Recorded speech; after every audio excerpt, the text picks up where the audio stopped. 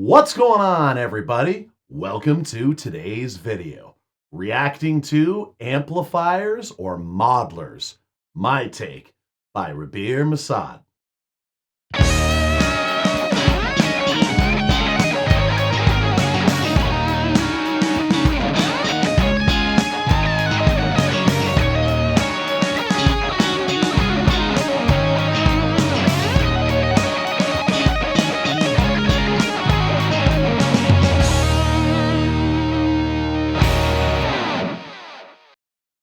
So what's going on, everybody? Today, we're going to be reacting to amplifiers or modelers, my take by Rabir Masad. As always, I always tell everybody this, please go and subscribe to whatever person I'm reacting to, but chances are, if you're watching my channel, you're already subscribed to pretty much everybody that I'll be reacting to, but just in case you're not, Rabir Masad, fantastic guitar YouTuber. Hopefully I'm pronouncing his last name the right way. I think it's Masad, Rabir. He's absolutely fantastic. If you watch guitar YouTube content, you had to have watched him God knows how many times. Fantastic player, plays with Frog Leap, with Leo, and a bunch of other projects. Go and give his channel a sub, and I've included a link for the original video in this description. Please go and give the original video a like, and please, on my video, this video, leave a comment on what you'd like to hear me reacting to next. So let's get to it.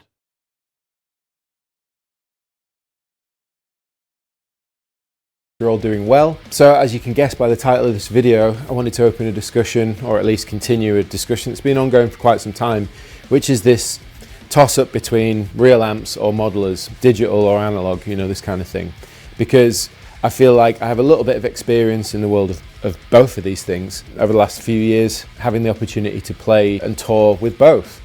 Traditionally I'm an amp guy. I've used amps for the longest time from when I started playing guitar, started in bands and stuff. I've always had amplifiers, valve amplifiers, never really took a look at anything digital, any modeling of any kind, just because I like to keep things simple back in the day. I would have an amplifier with a couple of Boss delays, a phaser, and that was it. I used to have a little BCB 30 pedal board with 3 Boss pedals on it, and then my JVM, and that was literally all I used. And then over the that's the same for many people. And I always say this, that's the same for many people, especially depending on how long they go back. Because like I've said before, amp modeling has just gotten good in the last few years. Amp modeling has been around for quite some time. Like I always say, the original pod, the red bean, I always hated that. Well, okay, I should change exactly what I mean. I always hated the amp models and the overdrives, distortions, and fuzzes. The actual effects, like the delays and choruses, the ambient effects, those were good. But the actual amp modeling and the overdrive, I hated that in those. But I remember thinking, much like anything else, give it enough time, it's going to get better. So I think part of the reason, and most musicians, and Rabir said going way back when, they preferred their amps and all that. A great part of that is because the technology was not there yet. It sounded way better to have an actual tube amp. The years, obviously, that got more and more intense. The more the music required different tones and sounds. In Tosca, for example.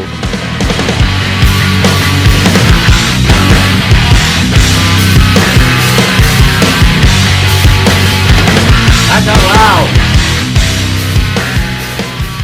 The board grew to a huge size, which it still is, and I use 2 amplifiers. Oh my God, hold on, let me back up a few frames here. Look at the size of that board. What? That is almost comical. Like, okay, obviously, yeah, you can't actually see it with me there. I'm going to bring myself up. Obviously, you're not playing small stages with a board of that size. My God, that is an ungodly huge board. Is half of that on the other side actually his bass players, though? I don't know.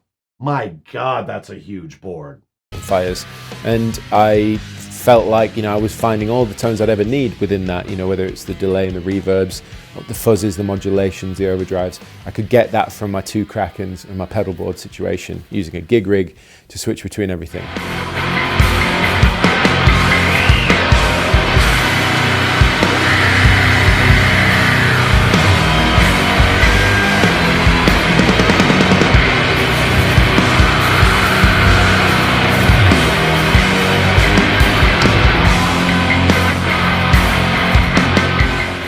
And then fast forward a couple more years, I needed to... His audio isn't balanced very well in this video at all. When it goes to his band stuff, it is seriously spiking. So sorry if the audio is getting a little hairy because of that, everyone, but it's not my fault. It's Robeer's. To use modelers for, you know, like the Frog Leap gig. I needed to use, you know, a Helix and a Variax to be able to do all the tunings throughout the songs and very specific sounds, because we were trying to recreate Leo's productions. So he would, you know, because majority of what he did's in the studio, a lot of the time when you're producing music, you're going for very specific sounds that work as layerings and as textures in your songs. So that's where the modeler was important, outside of needing the tunings, because I could sort of produce and dial in these specific tones for the songs. And that is a big reason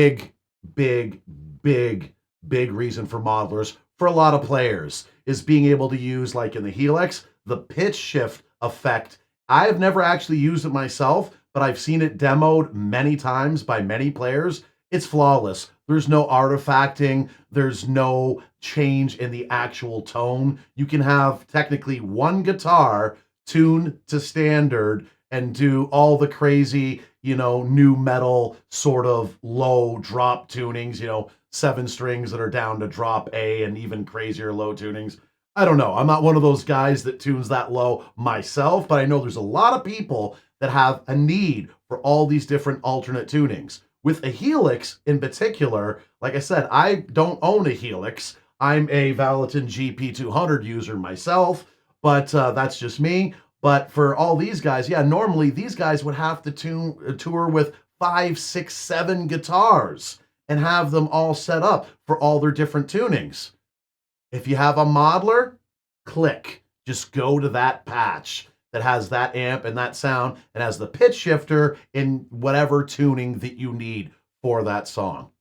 That is something that I didn't even really think of until Robeer commented on it now. A 100% reason to bring a modeler on the road with you if you have those sort of needs.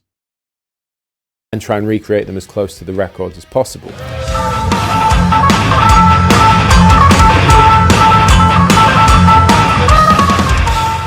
And I think that right there starts me off in the position that I'm in currently, which is where I have a very dedicated use for both. I'm right in the middle between modelers and amplifiers, and I see benefits in both camps. There is. And I think it's really important to know exactly what it is that you need it for. So for example, in Vower, I should be using a combination of both. I should be using a modeler like this, my QC, and I should be using an amplifier like the Kraken. And the reason that I'll probably end up using both is because, on one hand, I love the projection and the power of an amplifier. You know, when you're shifting air through a cabinet and it's filling the room, that's a really, really satisfying experience. It doesn't matter what kind of music you play, whether it's high gain, whether it's bluesy, metal, like... That is the main argument for almost anyone. For almost all players that want to go mainly with an amp. Yes, I get it. There's something about a tube amp cranked up, moving air through the stage. I absolutely get it. But much like Robeer was going into saying, and what I always say, it depends on the application and the situation. The biggest factor that I will always say on which way are you going to go between an amp or a modeler is PA, which goes in line with what type of room. What type of PA do you have? Do you have enough of a mix that everyone can be using in-ear monitors and get their own mix and be able to control it with their iPads? Then fine. But if you're at a place that has smaller PA, like I always say, the kind of places that I would be playing, or maybe most people that be watching these videos, local pubs and whatnot with sound on a stick, where you got to have your amps to help fill up the room. You know, that PA that's got single 15s with horns on stands with a, 800, 1200 watt powered mixer. That's mainly just pushing vocals. You want the amps to fill up the room. No, you can't use modelers, especially since you're going to maybe have one, maybe two monitor mixes. Everybody's not going to be able to have their own mix. It depends on the situation. Jazz, whatever. Like if you've got an amplifier that's shifting air through the cabinet, it's a nice feeling. I love when I listen to my delay reverb fuzzy rig through an amplifier in the room, and it fills the room and it gives me that immersive, like swimming in the sound feeling. That is something that really amplifiers can do.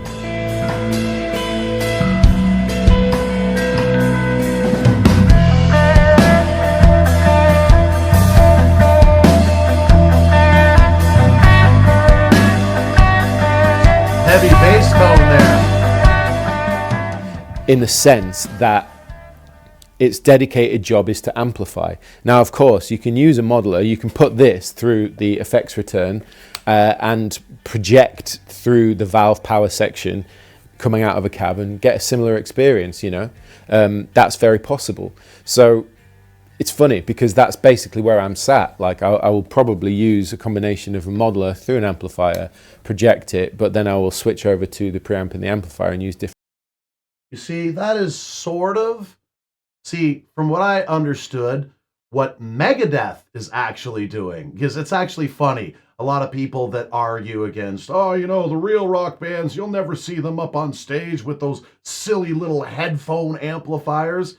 And actually, Metallica, all of them, James, Kirk, and actually Robert, the bass player, they're all using Axe effects. But to the best of my understanding, from what Megadeth is doing, they're using quad cortexes through some sort of power amp and through actual cabinets. So Megadeth is currently doing that. At least they were doing that when Kiko was in the band. When Kiko was in the band, he kind of brought it to a practice and all that, and Dave Mustaine was like, hey, what's this? It's quad cortex. It's great. But they're actually still using them to move some air. I think they're using some sort of passive power amp. They're not using it like Rabir's saying, which you can use. Use an actual amplifier and run it through the effects loop. So that way, technically, the amp modeler in there, it would be just like an overdrive going through your effects loop. It would take over as the preamp. Yeah, there's many different options. You can do amp, you can do modeler, and you can do hybrids of them both. Different pedals for that too. And I think that somehow along the way it's one or the other, which I'm a bit confused on. I think my opinion is very much a case of what is the purpose for you? Like, what do you specifically need it to do? A lot of people nowadays in the modern guitar community, they don't need lots of power, they don't need lots of amplification, they just need to recreate the tones that they've recorded at home. Because a lot of modern guitar players write and record at home. They don't have the luxury of turning up amplifiers at home because it's really loud, People living in apartments. I've said this God knows how many times. More times than I can count. Yes, for people who are just at home and recording all the time, especially if you're living in an apartment or somewhere where your neighbors are very, very close. Most of the time, to get the proper sound out of a tube amp, what most people are going to want to do is they're going to want to crank the hell out of it. Get those tubes nice and hot so it gives you that tone you're looking for. Can't really do that when you're in an apartment.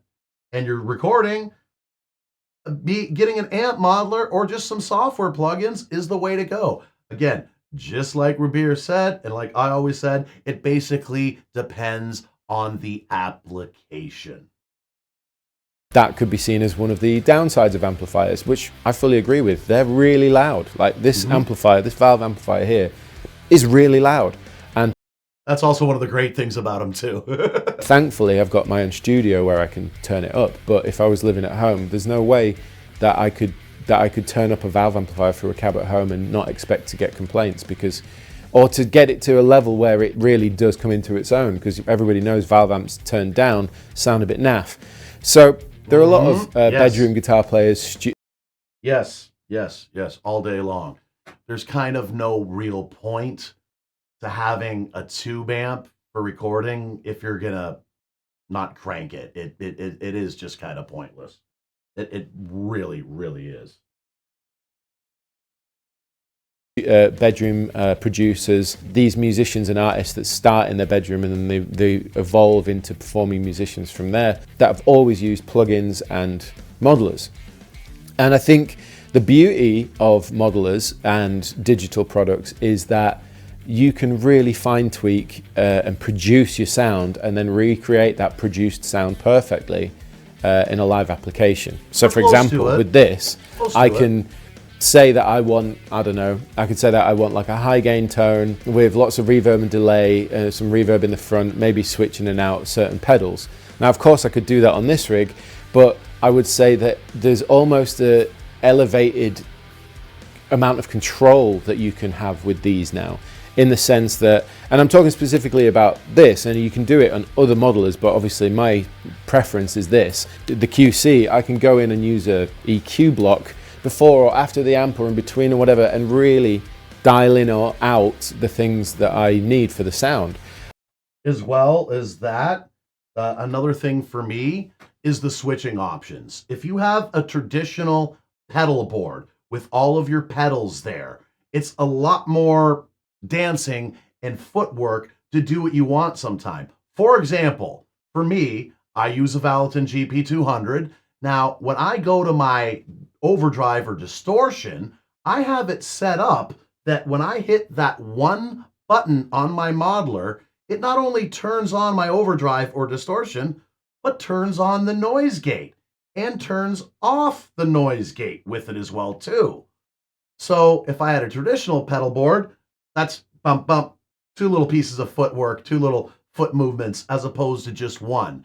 And you can, program in complete and total patch changes if you want to. You can have it in stomp box mode. You can have it in patch mode and, cycle through one button that can just switch to a completely different amp setup and set of effects. There's a lot less tap dancing on the pedal board when you do have a modeler. Like he said, not just the Quad Cortex, but many other modelers. And then record it, get it on record, be happy with the sound, and then if I go to play live, I'll literally load up that preset and it's good to go. However, I have seen and heard bands live where they've used modeled sounds that they've recorded with at home that they're really happy with, but then when they go and play live and they just use the same tone, it actually doesn't sound very good. It doesn't translate to a live context. Like I've seen bands that, heavy bands that use these really awesome, disgusting high gain tones. On the record sounds fantastic, but then live it's just too hissy and too fizzy or whatever. Like, I don't know.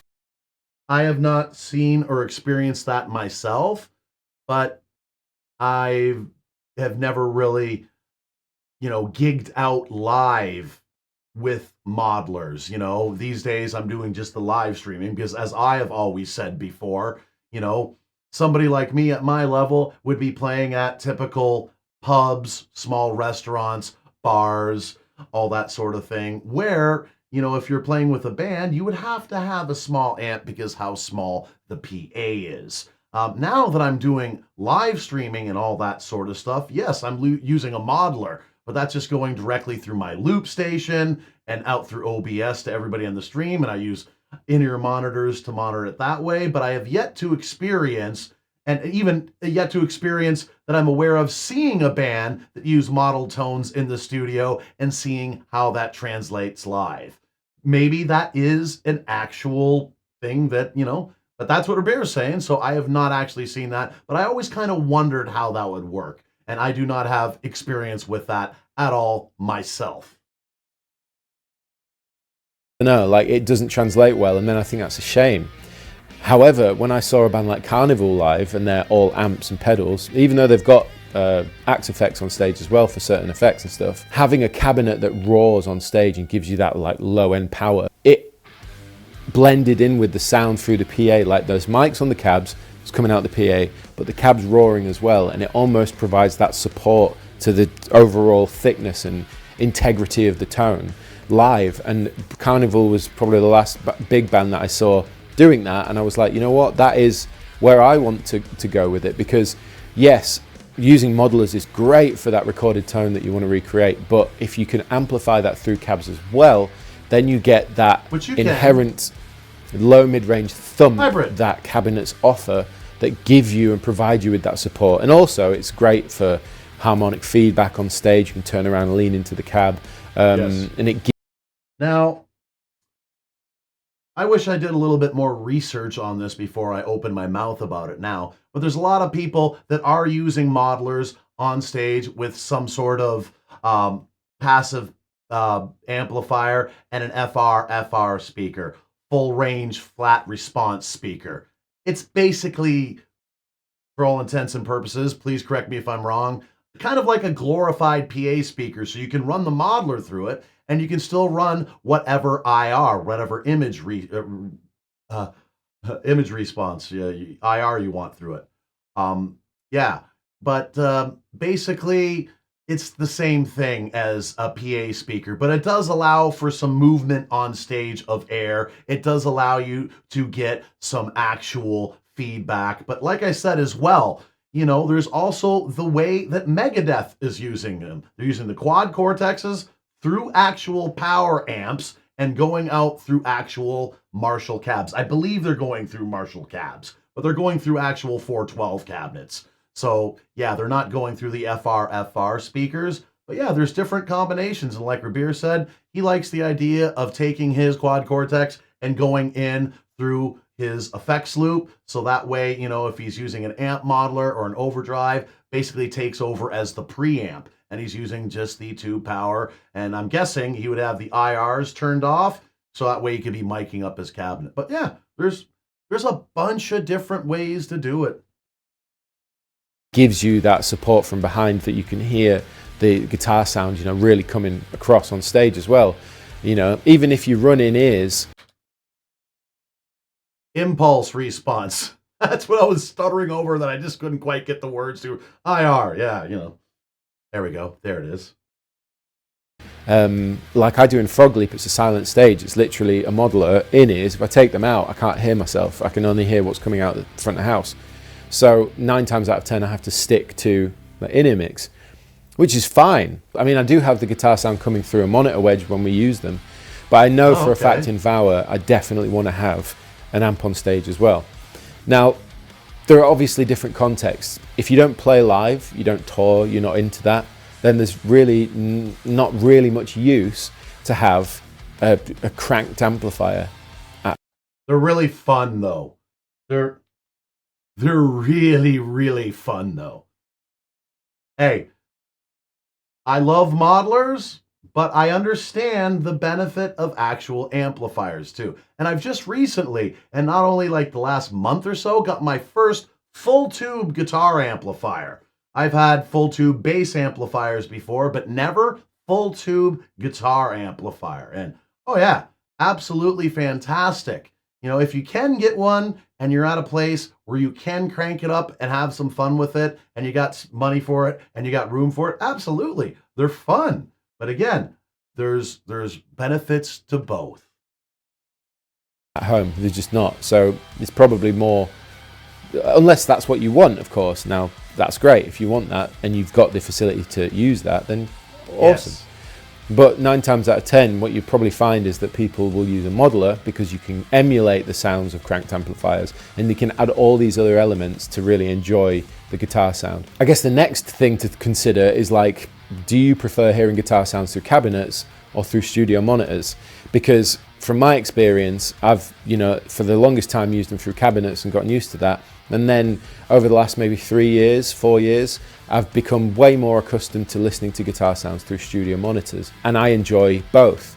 I would say studio monitors don't necessarily give you that harmonic feedback and that rich sort of push and pull and shifting air experience that a cab does, That's but it not the most job. certainly gives you a great quality tone that you can turn your monitors up a little bit and get that stereo image and feel immersed in it that way. Now I've done that for the longest time and I really enjoy that.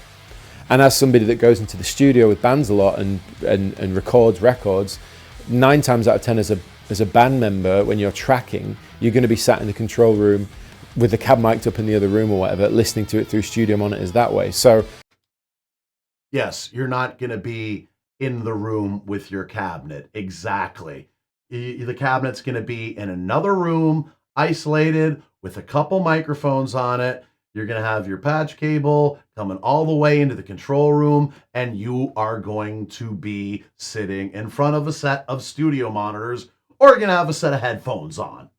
That's the way that it's going to roll when you're in a studio recording, even if you are recording a real amp. So yes, you're not going to necessarily get that feel right there that you would normally would from being on stage.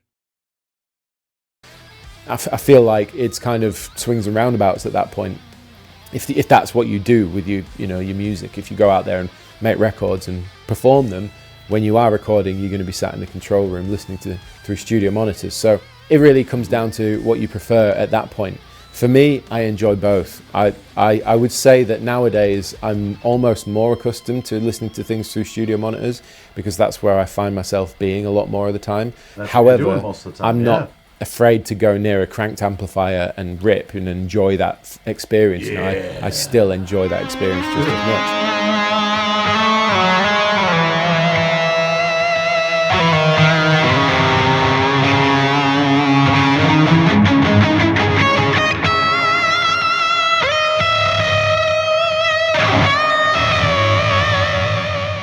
I guess the last protocol I want to touch on is flexibility of the rig, or how expansive it can be. Now, because I like to produce the guitar tones that I use, whether it's through an amp or a modeler, like I said, when I was in Tosca, I had very specific guitar tones. I found that the pedal board started to grow and I needed a switcher to be able to control all this, load up different presets of pedals patched in and out with the amplifier. In essence, that's what a modeler does. You load your presets, it's got lots of different tones in it and different sounds that you like to use, and then you play that. That's kind of what I'm doing here, is like an analog version. I've got a gig rig switcher that controls MIDI for all the Strymon stuff. I patch in my fuzzes and my overdrives, and then it changes the channel on the amplifier. So what I was talking about earlier, having a pedal board and having to hit, 2-foot switches, if that's what you're going at a time, having a switcher like he has essentially does that. So you can get an analog pedal board with using a switcher like Rabir has. I just don't have one and have never had one. Not sure I ever necessarily will get one. Who knows? You never know. But yeah, okay, you do have that option. But that's a lot more money. The kind of analog pedal board rig that Rabir has going on there is going to be far more expensive than even the more high-end modelers like the Helix and all that. Especially if you want all those Strymon pedals and all that. Yeah, you're definitely paying a lot more, no doubt about it. Fires, and it all blends together and gives me all my different presets.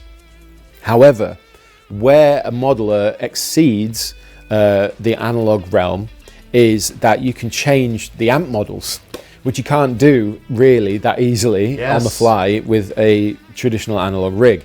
So for example, I might want to use like, I don't know, like a AC 30 clean tone or a Fender Twin clean tone. But then I might want to switch over to, like Kraken high gain or Messer or whatever amp high gain you like. And then I might want to... In other words, the best of both worlds. Yes, the flexibility is the best thing about modelers. If you want a Fender Bassman for your clean tone and a Soldano SLO 100 for your high gain tone, you can do it. And one click of a button will switch that all for you. It's just so unbelievably convenient. To get something like that with actual amplifiers, you'd have to have an A/B switch, you'd have to have 2 separate amps, and you'd have to mic up both of those amps. A lot more overhead, as opposed to a pedal board, the dunk, XLR, front of house.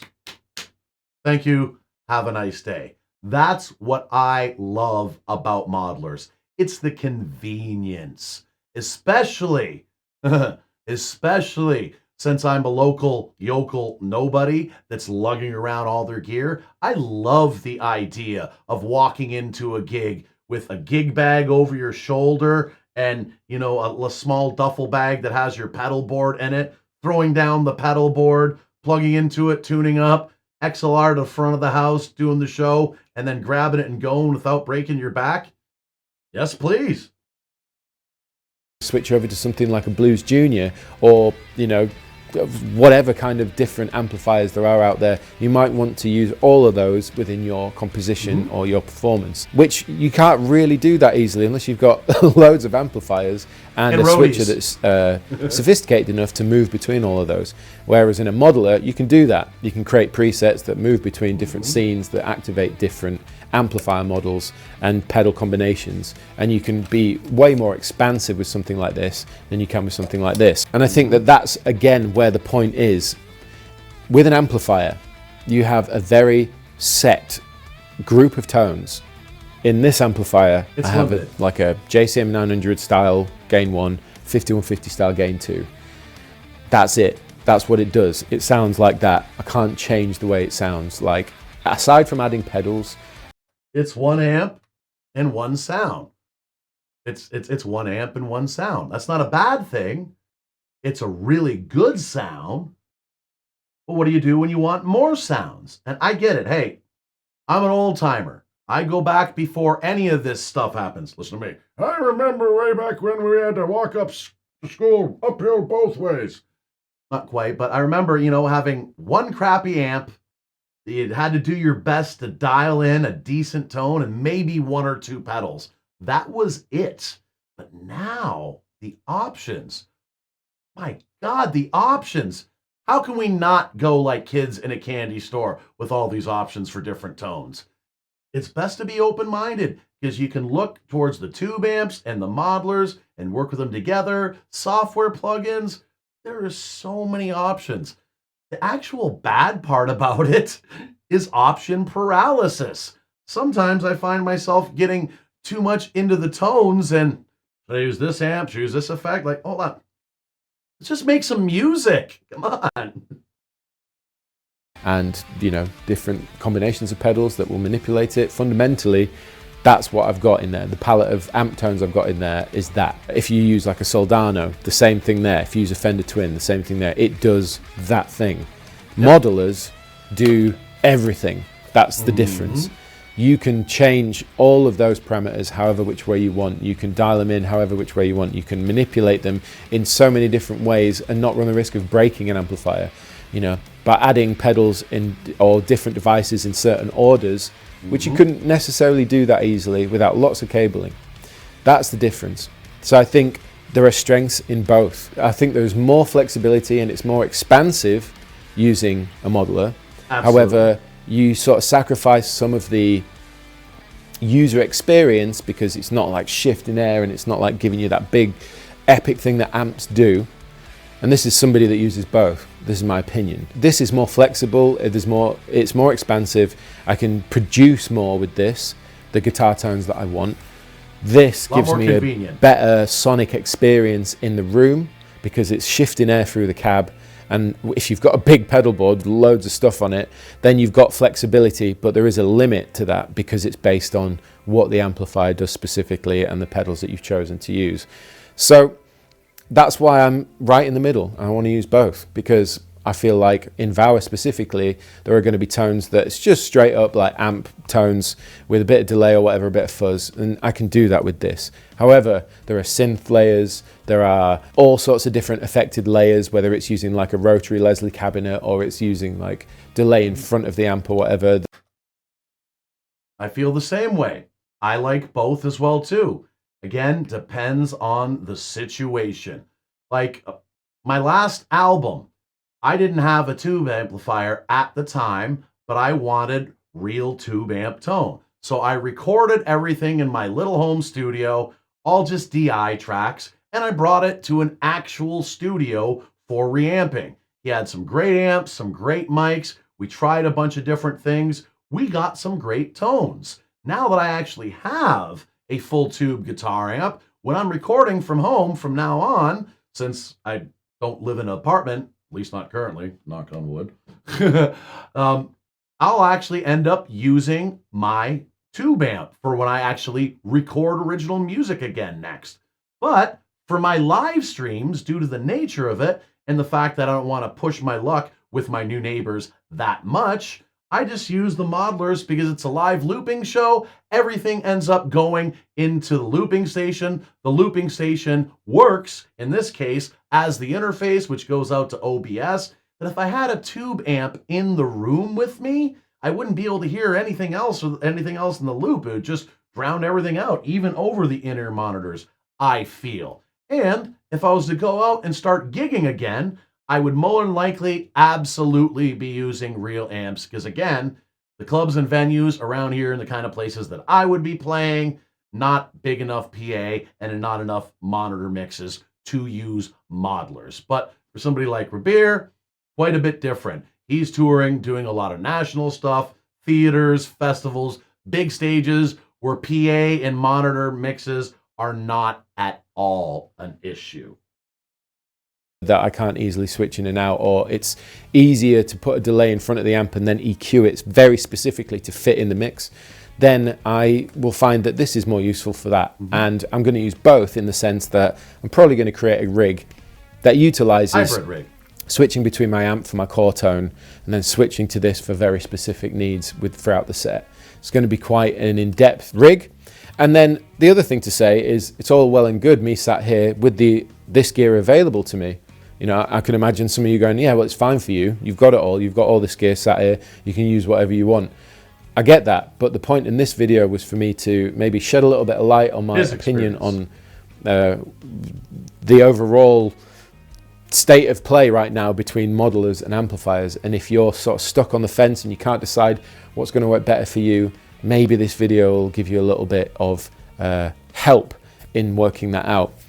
If you want the user experience and the flexibility and being expansive in the production of tone very specifically for your compositions, I would suggest a modeler. If you want the sonic experience and the raw epicness and that feeling that you're really shifting air and you're really kind of manipulating real life analog gear, and it's really coming down to that relationship between all of that working together to provide that sound, then I would go with an amp. I've gotten great results with both and I love using both. So same here. There you go. This video has probably had a lot of rambling, but I hope it's helped you guys out a little bit. Last thing I'll say is it's not one or the other. Don't look at amps and think they're not good enough. They're not as good as modelers. And don't look at modelers and go, oh, it's too digital. It doesn't feel sound right. It's down to what you need for your playing situation as a musician, as a guitar player, as a songwriter, as a band member, what it is that works best for your needs. That's the point. It's not what's better. It's not what sounds better. It's not anything to do with that. Fed up of hearing that online. Just go with what makes you feel great about what you do. I'll see you soon. Got some great tones.